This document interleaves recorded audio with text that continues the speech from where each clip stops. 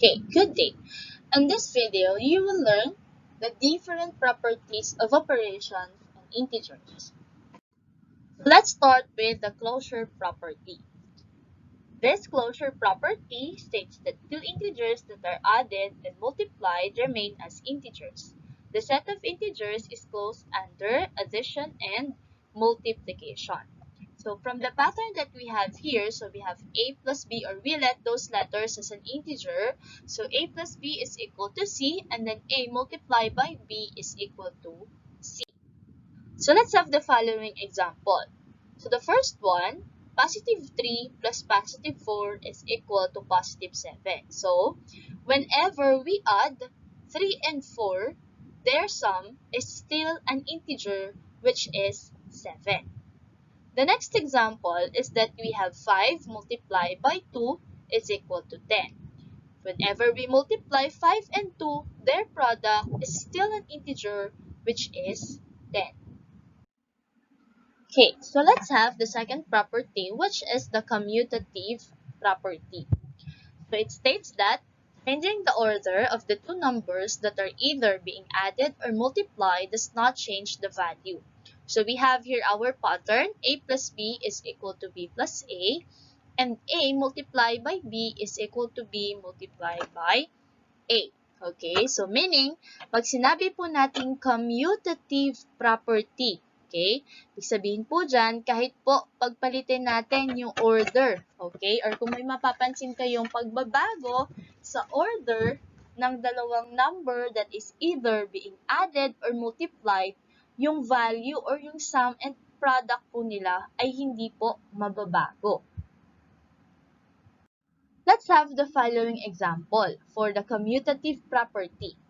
The first one, we have 2 or positive 2 plus positive 3 is equal to 3 plus 2. So as you can see, we change the order of the two numbers being added. Now, let us prove that whenever we change the order, the value does not change. So when we get the sum of 2 and 3, that will give us 5. Whenever we get the sum of 3 and 2, will also give us an answer of 5. So, nakita po na kahit pagpalitin natin ng order, pareho po sila ng sagot at hindi po mababago ang kanilang sum. Okay?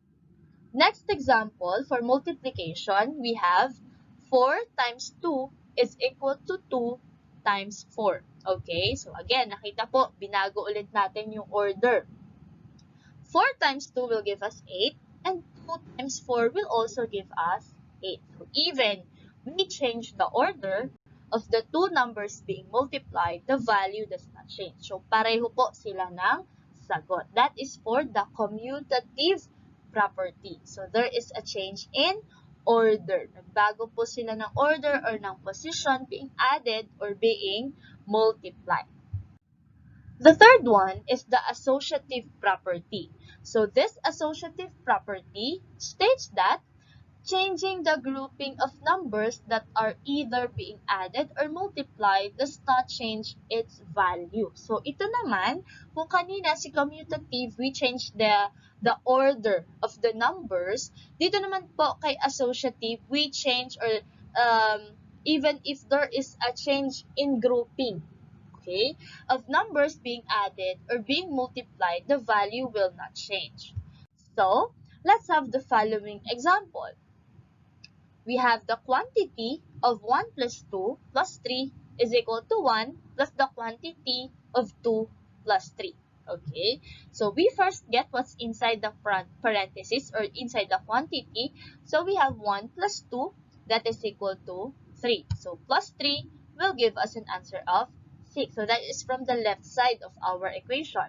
1 on the right side of our equation, so let us copy 1 plus the sum of 2 and 3 will give us 5. So 1 plus 5 will give us 6. So nakita po, kahit pinagbago or nagkaroon tayo ng pagbabago sa grouping. So una nating pinag-group si 1 tsaka si 2, then tsaka natin pinag-group naman si 2 at saka si 3. So kahit binago natin yung groupings ng number na ina-add natin, yung sagot natin ay hindi po nabago. Still, their sum is equal to 6.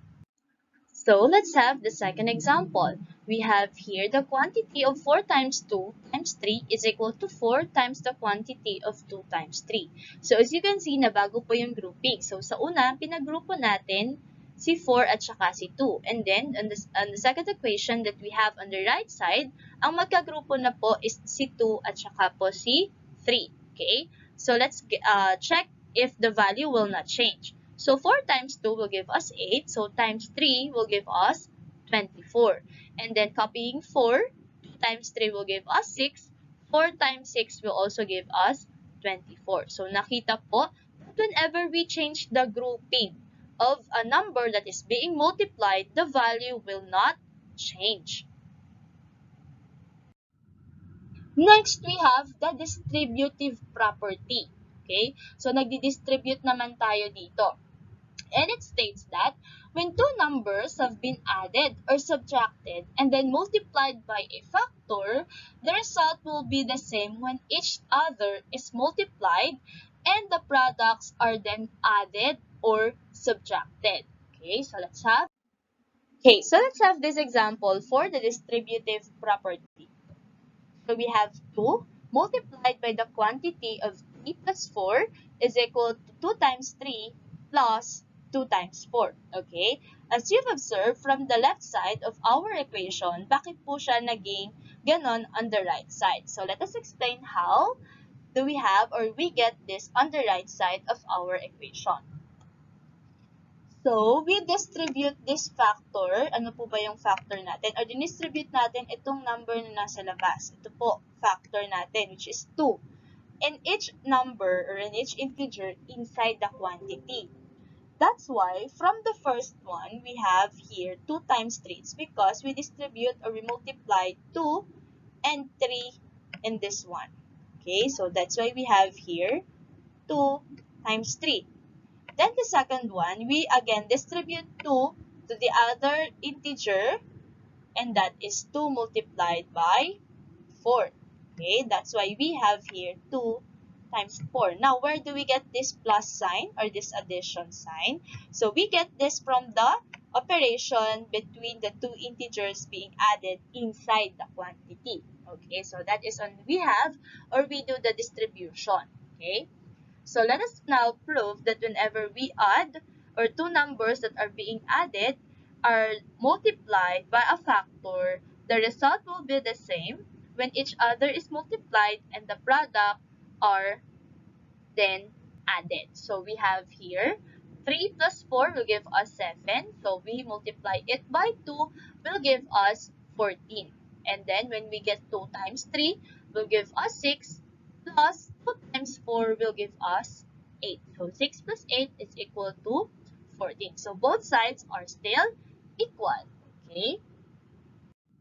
Next example, we have 3 multiplied by the quantity of 2 minus 6 is equal to 3 times 2 minus 3 times 6. So again, let us show bakit po naging ganon. So this is our factor here, which is 3. So we are to multiply 3 by 2. Okay, kaya po naging 3 times 2. And then 3 multiplied by 6. Okay, so that's why we have here 3 multiplied by 6. So where do we get this minus sign or subtraction sign? So dito po sa operation between 2 and 6. Okay, so 2 minus 6, applying the rule in integers or subtracting integers. So keep change, we will have here a difference or an answer of negative 4. So multiplied it by 3 will give you negative 12. Okay? And then 3 times 2 will give us 6 minus 3 times 6 will give us 18. So 6 minus 18, again, following the rule in subtracting integers. So keep change, and then follow the rule in adding integers. So we have here negative 12. So both equations on the right side and on the right side are equal. So that is for the distributive property.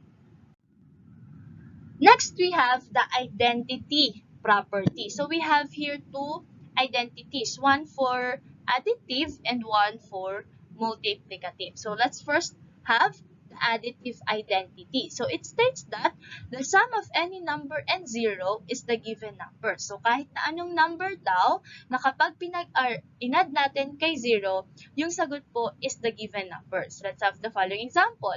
9 plus 0 is equal to 9. Or 3 plus 0 is equal to 9. So again, any number added to 0 is the given number. Kahit anong number, kahit gaano pa kalaking number yan, ang sagot po, kapag pinag-add or inad natin kay 0, ang sagot po is the number itself. Okay? And take note of this, that the identity element of addition is 0. Okay? Next, let's have the multiplicative identity. So it states that the product of any number and 1 is the given number. Okay, so ito naman, any number or product naman po ng kahit na anong number at saka 1 is the given number. So we have here 7 times 1 is equal to 7 or 8 times 1 is equal to 8. So, any number multiplied to 1, kahit anong number na kapag minultiply natin kay 1, the product is the given number. And always, or take note of this, that the identity element of multiplication naman po is 1. Again, the identity element of multiplication is 1. Okay, so the next property is the inverse property. So for the inverse property, we have here the additive inverse. So it states that the sum of any number and its additive inverse is 0. So add the additive inverse of any number A is 0. So from the pattern that we have here, so getting the additive or adding the additive inverse of positive A, which is negative A, their sum is equal to 0. So let's have this example. 1 plus negative 1 is equal to 0, or positive 1 plus negative 1 is equal to 0. Since, as you can see, the additive inverse of positive 1 is negative 1. So when we add these two, we have here 0. And also to prove, we following the rule on how we add integers with unlike sign. We subtract, okay? Different sign, subtract. If you still remember the rule. So 1 minus 1 is equal to 0. Then also we have here negative 7 plus positive 7 is equal to 0. So since the additive inverse of negative 7 is positive 7, so getting their sum will give us 0. Next we have here the multiplicative inverse. So it states that the product of any number and its multiplicative inverse or reciprocal is 1, okay? And the multiplicative inverse of any number A is 1. From the pattern, so A multiplied by 1 over A is equal to 1. So let's have the following example. 6 multiplied by 1 over 6 is equal to 1. Ibig sabihin po, getting the inverse or getting its multiplicative inverse or what we call the reciprocal, okay? This is a whole number, ito pong 6. So pag ginawa po natin siyang fraction, di ba, we just write 1 as its denominator. So, getting its reciprocal, kaya po naging 1 over 6. So, when we multiply, 6 multiplied by 1 over 6, that is equal to 1. Then, the next one, we have 1 over 21 multiplied by its reciprocal, which is 21, is equal to 1. Okay? Next, we have the zero property of multiplication. So, the zero property of multiplication. So, we have here, or it simply states that any number multiplied by 0 is equal to 0. Kahit na anong number na kapag minultiply natin kay 0, ang sagot po ay 0. So, let's have this example. So, we have here 10 times 0 is equal to 0 and 28 times 0 is equal to 0. Any number multiplied by 0, the answer is always 0. So, those are the different properties of operations on integers. So, I hope that you learned the different properties of operations on integers on this video. So, thank you for watching and thank you for listening.